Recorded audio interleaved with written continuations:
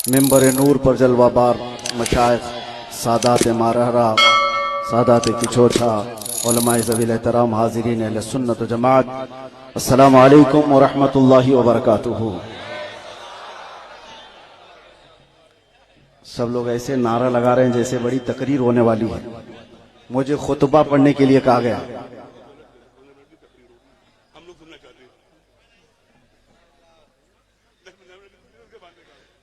मैं खुतबा निकाह पढ़ने के लिए आया हूं और ऐसे लोग नारा लगा रहे हैं जैसे कोई तकरीर करने आया है। लेकिन हज़रत का हुक्म हुआ सुभान अल्लाह। और बड़ौदा मेरा आना दो सबब से है। एक तो मेरे छोटे भाई का निकाह है सुभान अल्लाह। और वो ऐसी मोहब्बत कि मुसलसल मेरा सफर, मेरा दिन रात सोना सब कुछ इन्होंने तंग कर रखा था। बहरहाल दूसरी एक खास वजह है, ये बरगेन वाले हैं।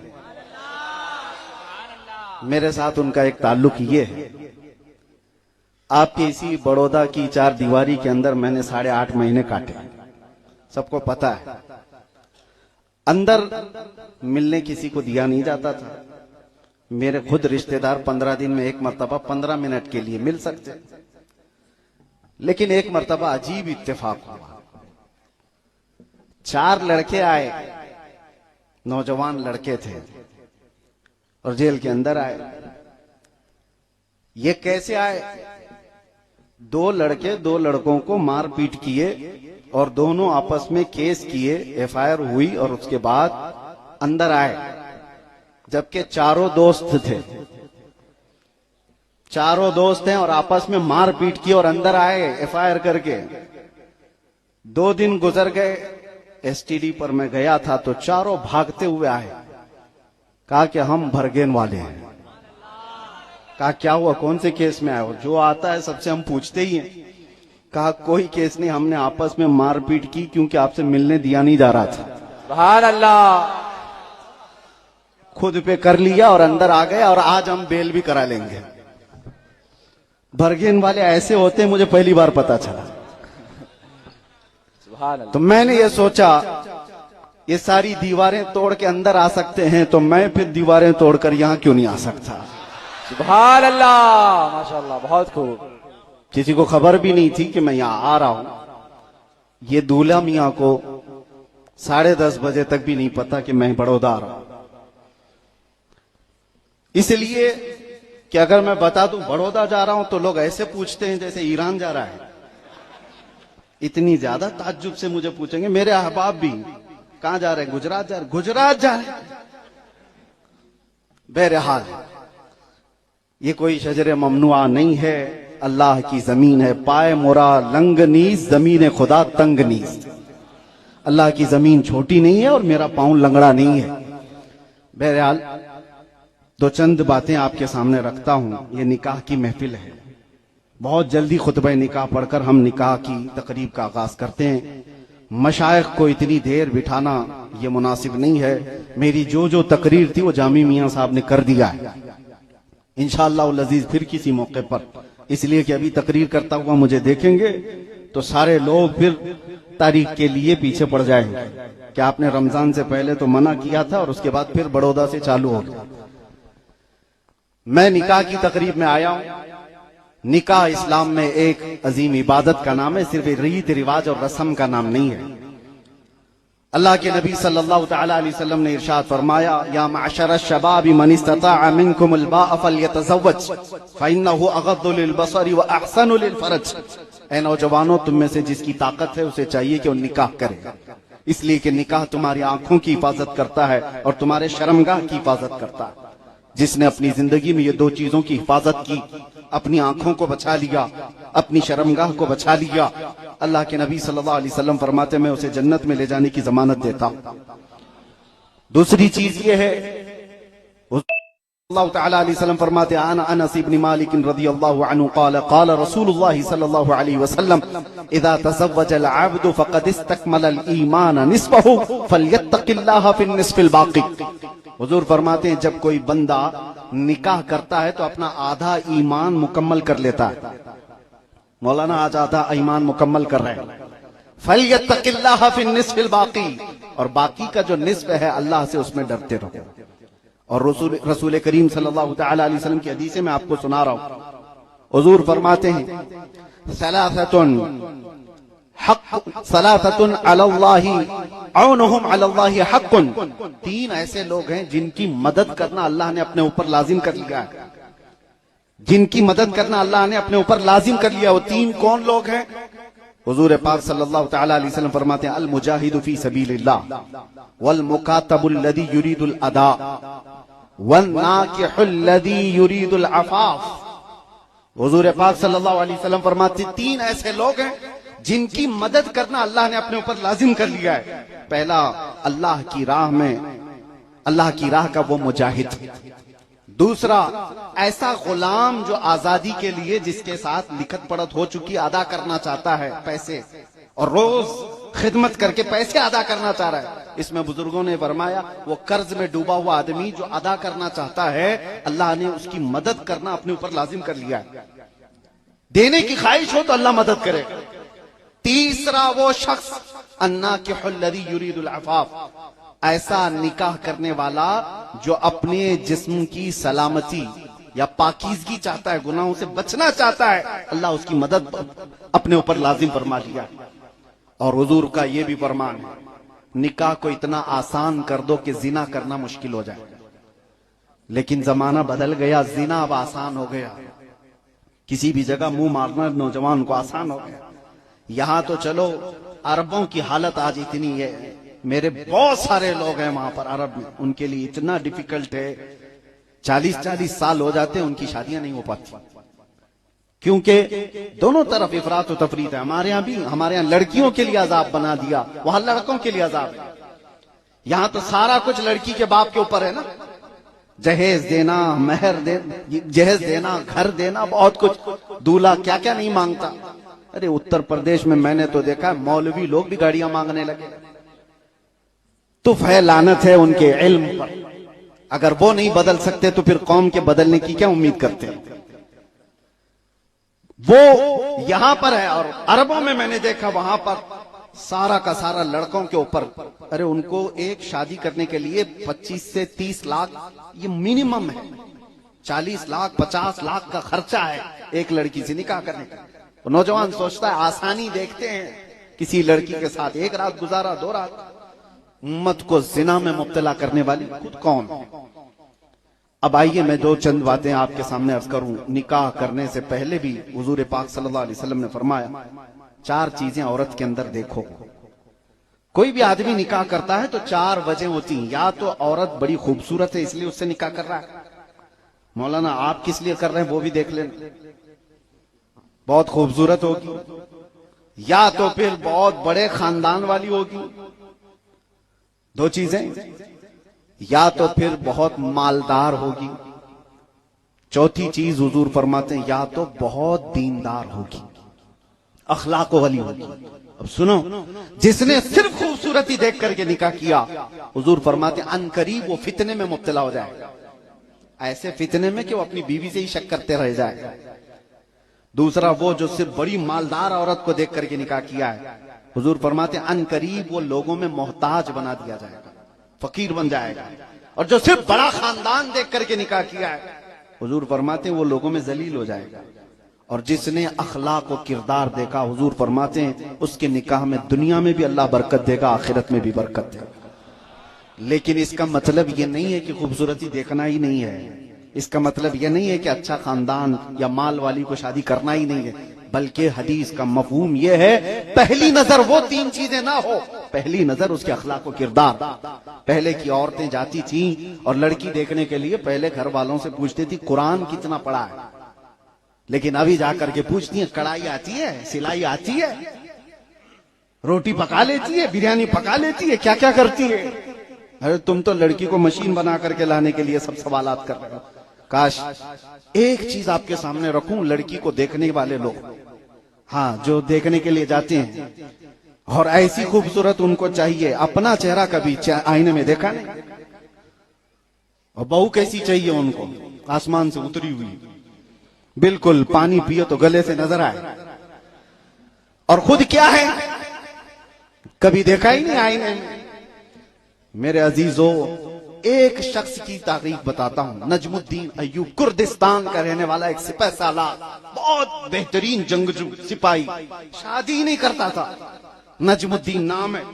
तवज्जो चाहता हूं, उसका भाई असदुद्दीन कहता है कि भाई तू शादी क्यों नहीं करता? कहा मेरे लायक कोई लड़की ही नहीं दिखती, मेरे लायक ही नहीं है, कोई लड़की दिखती ही नहीं।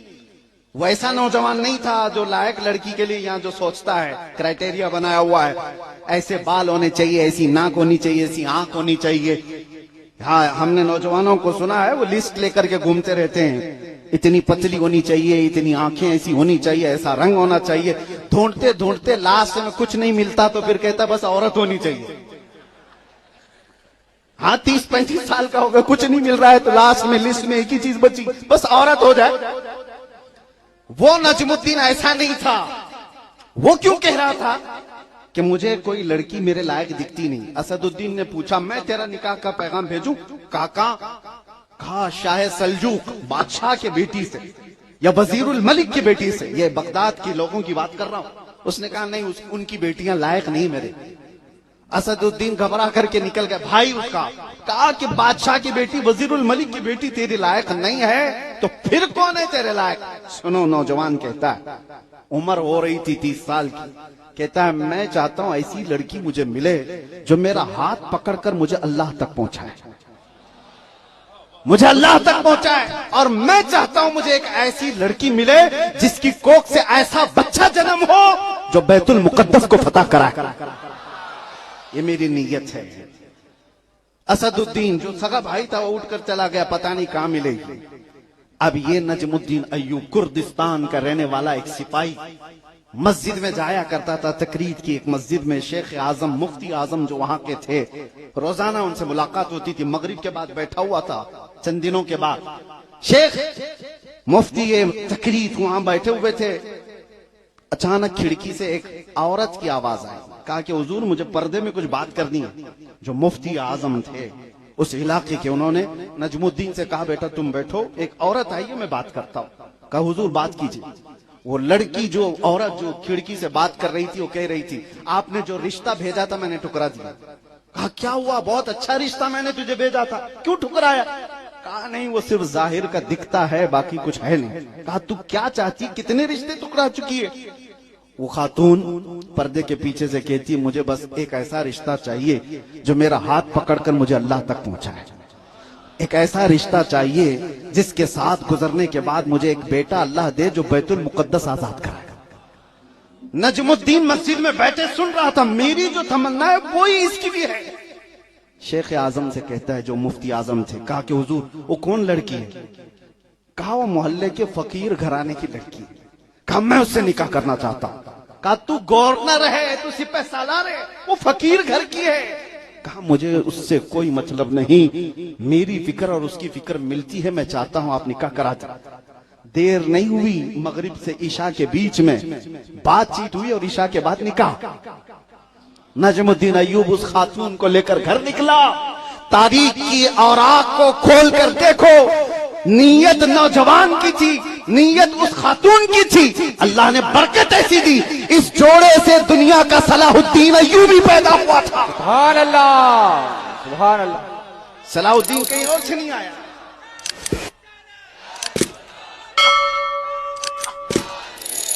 इस जोड़े से सलाहुद्दीन पैदा हुआ था, और जो सलाहुद्दीन बैतुल मुकद्दस को आजाद कराया था, आज तक नस्लों में उसका नाम जिंदा है। इसलिए हम कहते हैं शादी से पहले नीयत अच्छी रखो तो फल भी अच्छे आए। हाँ, मशीन बना करके ला रहे हैं औरत को, तो क्या निकलेगा वहां से? मशीन से मशीन ही निकले। तुम सोचते हो, हमेशा लोगों को अक्सर ये सुना गया है कि मेरे घर में इमाम हसन, इमाम हुसैन के खादिम पैदा हो। अरे हसन और हुसैन जहां पैदा होंगे, घर में फातिमा भी होना चाहिए। फातिमा की कोख से ये जन्म लेते हैं, तो अपनी नीयतें सही रखो। जिनके निकाह नहीं हुए उनके लिए तो ये नसीहत है, जिनके हो चुके। खैर मैं तो देख रहा हूं स्टेज पर ये जो नूरानी मंजर है निकाह का है, निकाह का है, इन पर इतना रश्क हो रहा है, हमें दूसरा निकाह करने की ख्वाहिश हो रही है।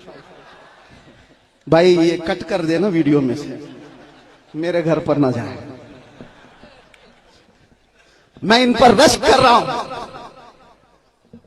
कि निकाह की ऐसी महफिल हो। और अल्लाह के नबी सल्लल्लाहु अलैहि वसल्लम की एक हदीस सुनाकर खुतबा पढ़ता हूं, सुनिए। अल्लाह के नबी सल्लल्लाहु अलैहि वसल्लम से पूछा गया कि कौन से निकाह में सबसे ज्यादा बरकत होगी।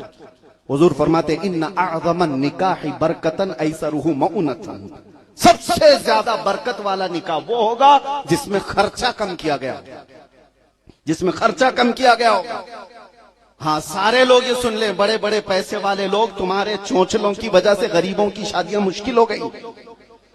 तुमने जो लुटा लुटा करके बड़े बड़े महल्लात और जितने भी पैसे लुटा लुटा करके शादियों का रिवाज किया, गरीबों की शादियां मुश्किल हो गई।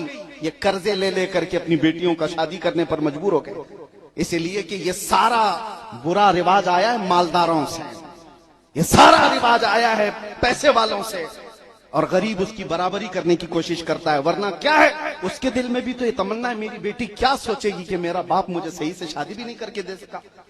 निकाह करने का ये तरीका हो कि बुजुर्गों के सामने बिठाओ कदमों पर, ये देखो दूल्हा अमामा पहना है, कपड़े पहना है, ऐसे ही है जो पूरे जिंदगी में जो कपड़े पहन रहा हो। एक निकाह को इतना आसान कर दो। और एक बात, हुजूर पाक सल्लल्लाहु अलैहि वसल्लम के पास एक सहाबी आए, काले रंग के थे, बहुत काले रंग के थे, अब्दुल्ला अस्वद उनको कहा गया है, साद भी नाम है। कहा हुजूर मदीने में कोई मुझे बेटी ही नहीं देता। हुजूर ने फरमाया तू ईमान वाला है, मैं तेरा निकाह करता हूं, एक जगह जा, उमैर वहब सख्फी के घर, उसकी बेटी मदीने की सबसे खूबसूरत लड़की, मैं तेरा निकाह उससे करता हूं। एक जवान साहबी आए हुजूर की बारगाह में काले रंग के, और हुजूर ने कहा उनके घर जाओ, उनकी एक ही बेटी है मदीने की खूबसूरत, अंसारी साहबी। वो गए, कहा कि मैं तो हर जगह मुझे रिजेक्ट किया जाता है, और हुजूर ने कर दिया तो कर दिया, गरीब भी है। वो गए हजरत उमैर के घर, कहा कि हुजूर पाक सल्लल्लाहु अलैहि वसल्लम ने भेजा है। उन्होंने देखा ऊपर से नीचे, क्यों भेजा है? कहा आपकी बेटी का निकाह का पैगाम लेकर आया। कहा मेरी बेटी? एक तरफ तो वो काले रंग के, सिया रंग के थे। कहा कि आप जाओ वापस, मैं रसूलुल्लाह से बात कर लूंगा। तो उनको तो कुछ बुरा नहीं लगा अब्दुल्ला अस्वद को, क्योंकि हर जगह घर दूसरे जिस जगह भी जाते थे रिजेक्ट कर देते थे। तो वो तो वापस आए हुजूर की बारगाह में। लेकिन सुनो वो कैसी सहाबिया थी। माँ बाप बात कर रहे थे, बेटी अंदर थी, बेटी अंदर से आई, बाहर पूछा अब्बा कौन आया था? कहा एक काला रंग का लड़का आया था। और पूछा बेटी ने क्या करने के लिए आया? कहा तेरे निकाह का पैगाम लेकर आया। कहा किसने भेजा? कहा रसूलुल्लाह ने। कहा आपने क्या कहा? कहा हमने तो वापस भेज दिया, बाद में बात कर लेंगे। बेटी कहती है अब्बा जान आपने कौन सी खता की? आपने आने वाले को देखा, भेजने वाले का रंग नहीं देखा। हम तो उसके गुलाम हैं जिसने भेजा है। आपने खता की है, फौरन जाइए हुजूर की बारगाह में माफी मांगे। माँ बाप दौड़ते हुए आए रसूलुल्लाह की बारगाह में। अभी वो नौजवान पहुंचे ही थे, उसके थोड़ी देर में माँ बाप आए, कहा या रसूलल्लाह हमसे खता हुई, कबूल करने में ताखीर हुई, हम अपनी बेटी का निकाह इनके साथ करने को तैयार। नबी पाक सल्लल्लाहु अलैहि वसल्लम ने उसी जगह निकाह कर दिया। तवज्जो। और अब्दुल्ला अस्वद से कहा जा शादी की तैयारी कर ले। कुछ सहाबा ने माल दिया, पैसे दिया, शादी की तैयारियां कर लो, जहेज जो भी हो, घर सजाने के लिए गए, मार्केट में सामान खरीद रहे थे। ये वो वक्त था जब जंगे ओहद का तबल बज चुका था। अचानक मदीने की गलियों में सहाबा तैयारी कर रहे थे। कहा कि मुशरिकीन मक्का मदीने पर हमला आवर हुए हैं, रसूलुल्लाह जा रहे हैं मैदान ओहद की तरफ। अब्दुल्ला अस्वद जो शादी का सामान खरीदने के लिए गए थे, अब वो नेजा, भाला, घोड़ा, खूद, सब कुछ जंग के सामान खरीद लिए, जितने पैसे थे सब खरीद लिए, कुछ भी नहीं बचाया कि जंग से वापस आने के बाद शादी करूंगा, पूरे पैसे लुटा दिए। और जंग में ऐसे आए हैं, लोहे की जीरा पहनकर, लोहे की टोपी पहनकर, घोड़े पे कभी बैठे नहीं थे, वो घोड़ा लेकर के आए और मैदान में आए। जब लड़ने लगे, मेरे आका सल्लल्लाहु अलैहि वसल्लम दूर से देखकर सहाबा से कहते हैं जानते हो ये मुजाहिद कौन है? सहाबा कहते हैं या रसूल अल्लाह हम तो नहीं जानते, ये नया आदमी दिख रहा है, मदीने का तो नहीं दिख रहा, इतनी बहादुरी से लड़ रहा है। हुजूर फरमाते उसकी कहनियों को देखकर मैं पहचान रहा हूं वो मेरा अब्दुल्ला अस्वद है। आज उसको शादी का सामान खरीदने के लिए भेजा गया था, उसने सामान जंग खरीद लिया और अल्लाह की राह में आ गया। शाम होने से पहले खबर आई कि अब्दुल्ला अस्वद की शहादत हो गई, वो मैदान में शहीद हो गए। ये वो लोग हैं कि मेरे अजीजों, जिन्होंने हकीकत में कहा था उन्हें जाना उन्हें माना, न रखा गैर से काम, लिल्लाहिल हम्द मैं दुनिया से मुसलमान गया। अजीजान गिरामी, हुजूर सल्लल्लाहु अलैहि वसल्लम के पास एक सहाबी आया, उन्होंने कहा हुजूर शादी की ख्वाहिश तो है लेकिन होती नहीं है, मेरे पास कुछ है नहीं। हुजूर ने फरमाया जा मैं तेरा निकाह करूंगा, मेहर में देने के लिए कोई अंगूठी है तेरे पास? चांदी की अंगूठी एक मेहर में लेके आ, मेहर देना वाजिब है। उन्होंने कहा या रसूलल्लाह चांदी की अंगूठी दूर की बात, मेरे पास लोहे की अंगूठी भी नहीं, इतनी भी हैसियत नहीं है। तो क्या हुजूर ने मना कर दिया कि अब शादी होगी ही नहीं तेरी? जैसे हम लोग करते हैं आज, क्या कमाएगा क्या खाएगा। हाँ, सब नौजवान बेचारा 15,000 कमा रहा है, माँ बाप कहते हैं 15,000 में बेटी को क्या खिलाएगा? अरे इसके पिज्जे बर्गर नहीं आते महीने में, हाँ उसको इनकार कर दो।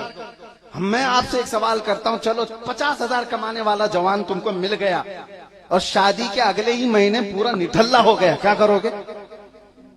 नौकरी भी छूट गई, सब खत्म हो गया, अरे लंगड़ा लूला हो गया, क्या करोगे? तुम अल्लाह रज़्ज़ाक़ हकीकी पर अगर यकीन रखते हो तो अल्लाह की बारगाह में ये दुआ करके अपनी बेटियों को दो।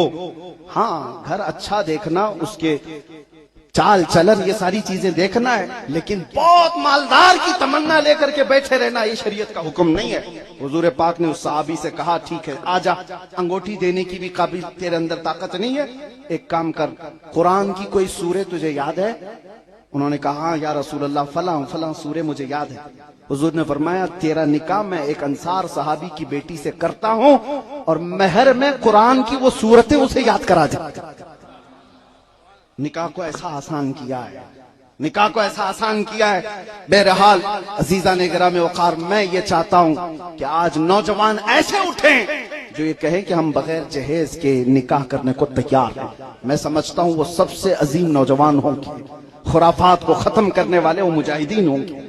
लोग ये सोचते हैं, और कुछ मैं जबलपुर गया था मीलाद शरीफ में, मैंने कुछ नहीं कहा कि मेरे इस्तिकबाल में वो करो ये करो, कहा 12वीं शरीफ है हुजूर की बारगाह में, क्या तोहफा पेश करो।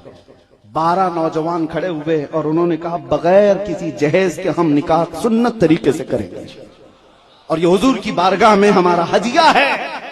मेरे अजीजों, हदिया क्या है? ये तो अमल है शरीयत पर, लेकिन आज से भी मैं कहता हूं, लोग ये सोच के बैठे हैं नौजवान लोग कि मौलाना की बात पर अगर मैं कह दिया तो कल को मेरी बाइक चली जाएगी, कार देने वाले कार नहीं दे पाएंगे, वॉशिंग मशीन नहीं आएगी, तिजोरी नहीं आएगी, पलंग नहीं आएगी। मैं उन नौजवानों को कहता हूं जो अपनी बीवी के घर से मांगते हो, इससे बेहतर है कटोरी लो, मस्जिद के बाहर बैठो, उससे ज्यादा मिल जाएगा। अल्लाह ने तुम्हें मर्द बनाया है, हाथ दिया है, कमाओ। और मेरे आका फरमाते हैं सबसे बेहतरीन सदका एक लुकमा कमा कर अपनी बीवी को खिलाना। तुमको अल्लाह ने मर्द बनाया है, ससुराल से क्यों चक्कर लगाए बैठे हो, इंतजार में बैठे? बीवी थोड़ा सा कुछ हुआ, जा ससुरे अपने बाप से मांग के लिया, अपने भाई से मांग के लिया। उसको दबाव में डाल करके औरतों को जिस तरह से यहाँ जिंदगी गुजारने पर मजबूर किया जाता है, मेरे अजीजों ये रिवाज खत्म करें। आखिर में औरतों से भी मैं ये गुजारिश करता हूँ कि औरतों के लिए हुजूर पाक से पूछा गया या रसूल अल्लाह सल्लल्लाहु अलैहि वसल्लम, औरत कैसे पता चले कि हमको अच्छी मिली कि बुरी मिली, सबसे अच्छी औरत कौन सी है? हुजूर फरमाते 3 चीजें उसके अंदर देख ले, 3 चीजें। पहली चीज हुजूर ने फरमाया तेरी औलाद से सबसे ज्यादा मोहब्बत करने वाली। दूसरी चीज तुम्हारी गैर मौजूदगी में तुम्हारे माल और तुम्हारी इज्जत की हिफाजत करने वाली। और तीसरी चीज मेरे आका सल्लल्लाहु ताला अलैहि वसल्लम फरमाते हैं तुम्हारी किसी भी बात को ना कहने वाली। ये 3 चीजें अगर किसी औरत के अंदर है तो वो दुनिया में जन्नती औरत है। तीनों में से 2 तो पहले ही यहाँ गायब है। औरत आज कहने को तो सब बच्चों से मोहब्बत कर रही है, कौन मोहब्बत कर रही है? अरे 3 साल के बच्चे को किसी और के हाथ में डाल करके ये तो टीवी के सामने बैठी हुई है, ये तो सीरियल के पास है, इनको तो मोबाइल से फुर्सत नहीं है। दूध पिलाने का जमाना भी पूरा इनका फहाशी में गुजर गया। बच्चे से मोहब्बत करने वाली औरत ऐसी नहीं होती। बच्चों से मोहब्बत करने वाली औरत ऐसी नहीं होती।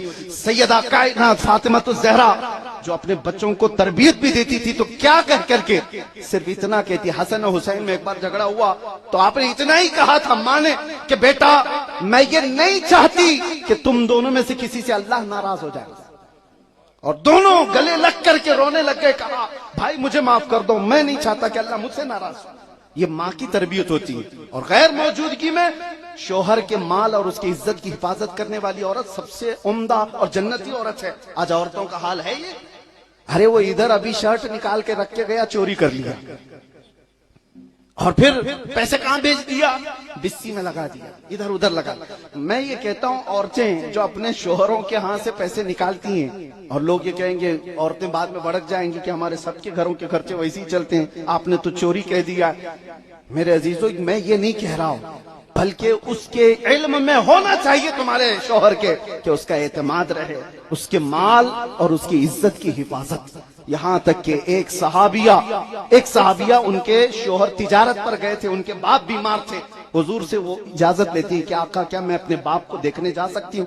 हुजूर ने फरमाया तेरे शोहर ने क्या कहा? मेरे शोहर ने कहा जब तक मैं वापस ना आऊं तू कहीं नहीं जाना। हुजूर ने फरमाया अपनी शोहर की बात पर अमल कर। यहां तक कि उनके बाप का इंतकाल हो गया। हुजूर से वो फिर पूछवाती हैं क्या मैं अपने बाप को जनाजे में जा सकती हूँ? हुजूर ने फरमाया तेरे शोहर ने जो कहा उस पर अमल कर, घर से बाहर ना जा। यहां तक कि उनके शोहर नहीं आए, वो अपने बाप के जनाजे में भी नहीं गई।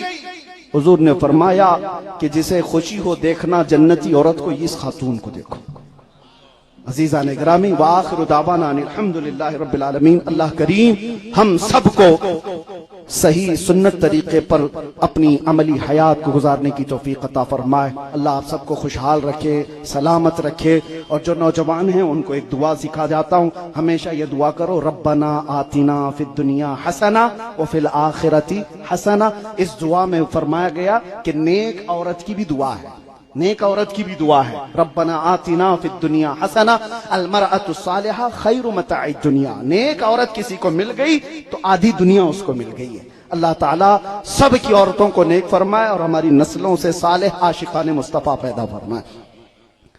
अल्हम्दुलिल्लाह अल्हम्दुलिल्लाहिल्लज़ी जअलन नार अला सय्यिदिना इब्राहीम अलैहिस्सलाम बरदन व सलामा। अल्हम्दुलिल्लाहिल्लज़ी जअल सय्यिदना इस्माईल अलैहिस्सलाम ज़िब्हन अज़ीमा। अल्हम्दुलिल्लाहिल्लज़ी कल्लम अल्लाहु सय्यिदना मूसा अलैहिस्सलाम खैर कलामा। अल्हम्दुलिल्लाहिल्लज़ी कशफ़ अद-दुर्र अन सय्यिदिना अय्यूब अलैहिस्सलाम बअद अन इब्तलाहु मरदन व सिक़ामा। अल्हम्दुलिल्लाहिल्लज़ी जअल सय्यिदना ईसा अलैहिस्सलाम फ़िन-नबिय्यिन खैर मुक़ामा। अल्हम्दुलिल्लाहिल्लज़ी जअल सय्यिदना व मौलाना मुहम्मदन सल्लल्लाहु अलैहि वसल्लम हदियन लिन्नासि व इमामा।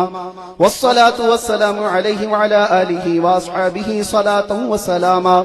व अशहदु अन ला इलाहा इल्लल्लाहु वहदहु ला शरीका लह व अशहदु अन्न सय्यिदना व मौलाना मुहम्मदन अब्दुहु व रसूलुहु। अम्मा बअद फ़क़द क़ाल अल्लाहु तआला फ़ी कलामिहिल बलीग़। अऊज़ु बिल्लाहि मिनश शैतानिर रजीम। बिस्मिल्लाहिर रहमानिर रहीम।